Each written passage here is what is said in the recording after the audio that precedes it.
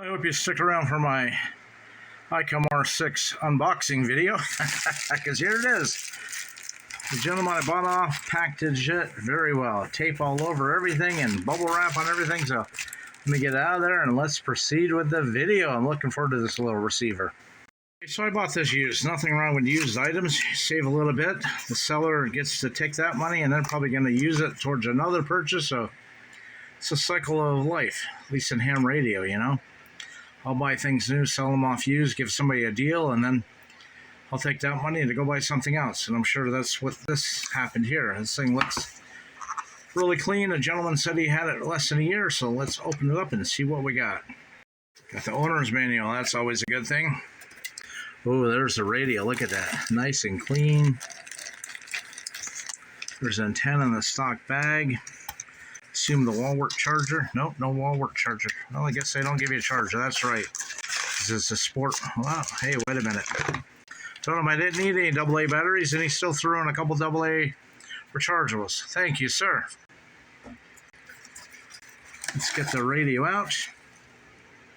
Get a couple chargeables in it, and let's see. He said he threw some programming in it for me off my zip code, so don't know how he does that. I don't know if that ARC6 program that he's using does that. I downloaded the original Icom software from Icom, and it doesn't allow you to download things by zip code. So, hey, some apps are better than others. Since that antenna was in a wrapper, there's no bends, no crooks in it. Almost perfectly straight. I bet he never even used the stock antenna. I bet he used an aftermarket antenna of some sorts. I'm going to flip the radio over. My desk is smooth, but I don't need to scratch up the faceplate, so let me get some light on the subject. Snap that. That comes off, sort of like my Icom Q7A and also other little ham radios. I believe that's the negative tab.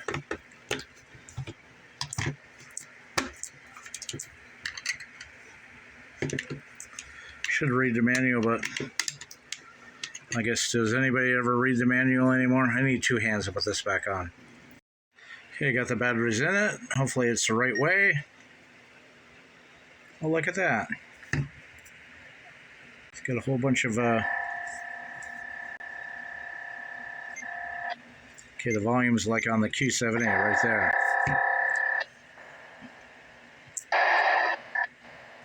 Let me shut the light off. I think the light's too much here.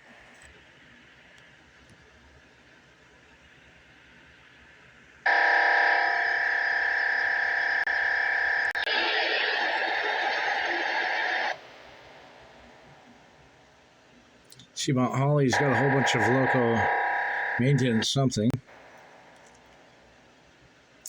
If the ARC software can download by zip code, I might have to check into that. Allen, I don't know what Allen Street is. Allen Pools and...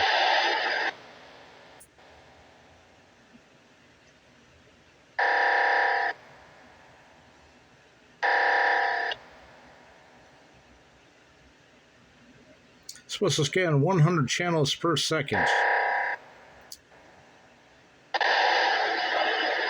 Rutland what? I have no idea. He sent me the radio files, but I can't open it in the original Icom software. So that tells me the ICF file is probably for that ARC6 software. Is that Rutland Police? Yeah, Rutland Police.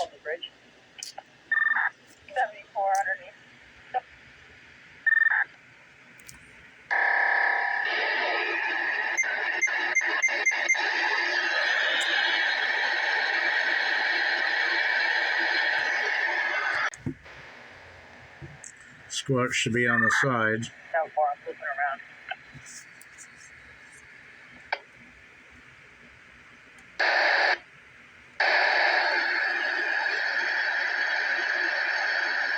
Plymouth.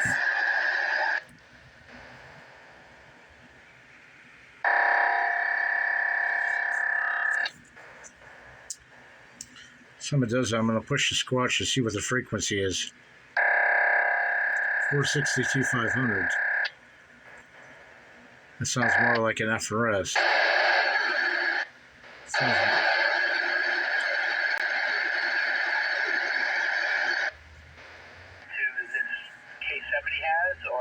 Yeah, that's the Rutland City Police, 460, 200.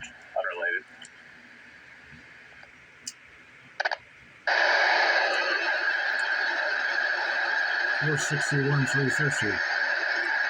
Not familiar with that one. Okay, I gotta get some programming cables. I already have the software. Read what's in it so I can reprogram it and add some shortwave stuff that I want. Band button now went to the weather channel for Rutland. One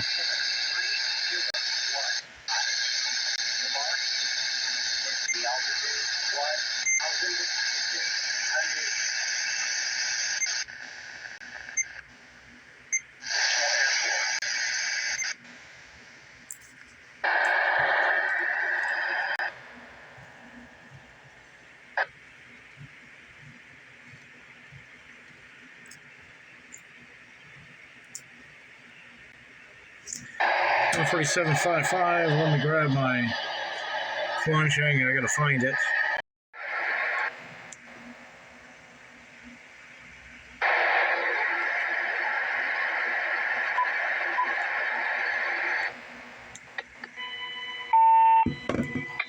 Alpha 1, Papa Romeo All-Star, Link PL 173.8.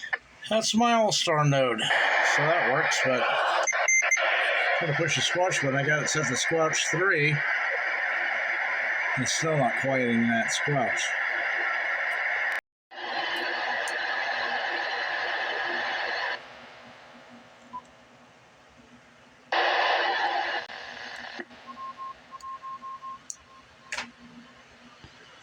Killington 88. So on the left-hand side, we have the function key, squelch attenuator, speaker jack up top where the programming cable is going to go into. I think I have an older one, but it's a DB25 connector. It goes back into the DB25 port. Got band memory, I guess. Tuning step, volume down, tone scan. Okay, that's cool. Load scan, VFO memory, memory skip, memory write, and then the power. Let me shut this off while I look for a programming cable. Oh, here's a programming cable for my Q7 T81 and 208H.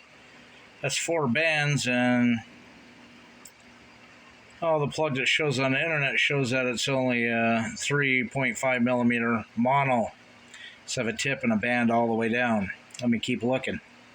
Okay, I got this Icom program cable, but it's dual pinned. It's a stereo.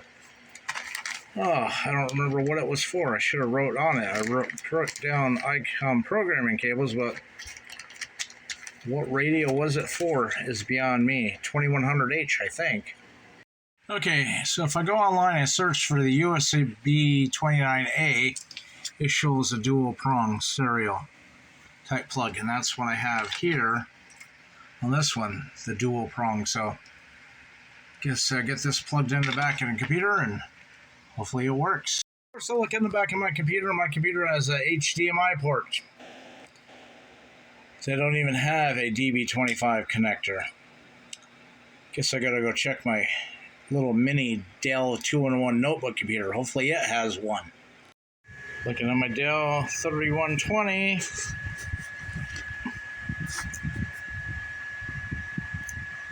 And I too don't see any correct ports on it. Son of a gun, man.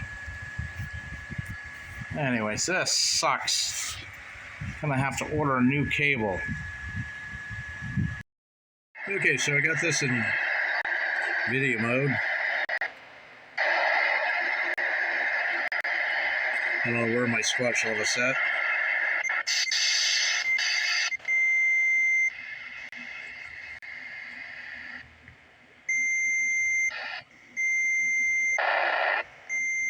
I gotta check the settings. Never check the settings as the radio is beeping every time it stops on something.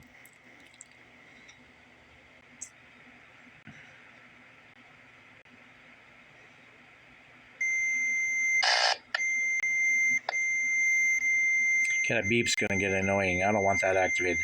Let me shut the radio off, and I'm going to go into settings and check this, and we'll be right back. Get a little noise on the International Space Station, FM voice. I think it's 145-800. Sounds almost like packet. I can only detect AM, FM, and wide FM. Let's see if we can change modes. How do we change modes? Mode. Eyes in the mid-40s. Oh, it's not a beach. Wide FM. AM. Should be FM, yeah. Maybe the bird's coming towards me. Mortal body.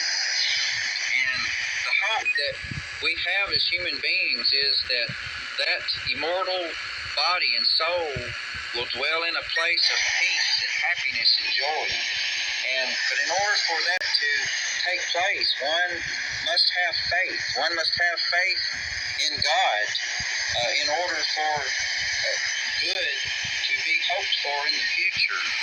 And it says here that it is the evidence of things not seen. Not as good as a R20, but then again, big price difference between two receivers here. I've never saw Jesus Christ, so how do I... This is my 11 minutes of rambling on. I was learning this radio receiver, kind of excited about it. Once you learn the system, it's very, well, relatively intuitive. It's not built bad. Just wish the latch in the rear door was thicker. The belt clip is thicker than the door in the latch. Definitely not an FT60 radio I have. But with a fairlight bar antenna, it does receive quite well, as you can just tell. Let me shut it off. Displays clear, crisp. Maybe not as big as the Icom Q7A I had, which this is a predecessor to, but you have your volume buttons, the band, memory. I don't know what the MN figures out yet. I haven't played around with it. Read the manual partially. Guess the first thing you should do is read the manual. But anyways, you get your tuning steps set. I don't know what the heck volume D is, but anyways, you got mode scan and tone scan. Tone scan is phenomenal. And then you have your VFO or memory. And yeah, got skip, and I'm not sure. Yeah, memory right. So, yep, I did program a few frequencies into it by hand, waiting for the programming USB 29A from RT Systems and the disc to get here. But not a bad radio. It's quite small in the hand. Got plenty of audio. Just make sure that you go in and turn the volume up. It's only set to 25, so I think once the software gets here, I'll be able to turn it up higher. Hopefully it's more than 25. But yeah, it's not bad. Runs off a couple double A's. Got applied Icom, Icom in that. You know, years ago, something this small would have ran off a 9-volt battery. Maybe a 9-volt would have gave it more. Well, it's a receiver, so got them hooked on a radio transceiver. So, you know, maybe with 9 volts you get more than a couple hundred milliwatts. But anyways, all the buttons seem tactile. Nice little detent. Not much more I can say for it. You know, it's not a bad little receiver for less than $200.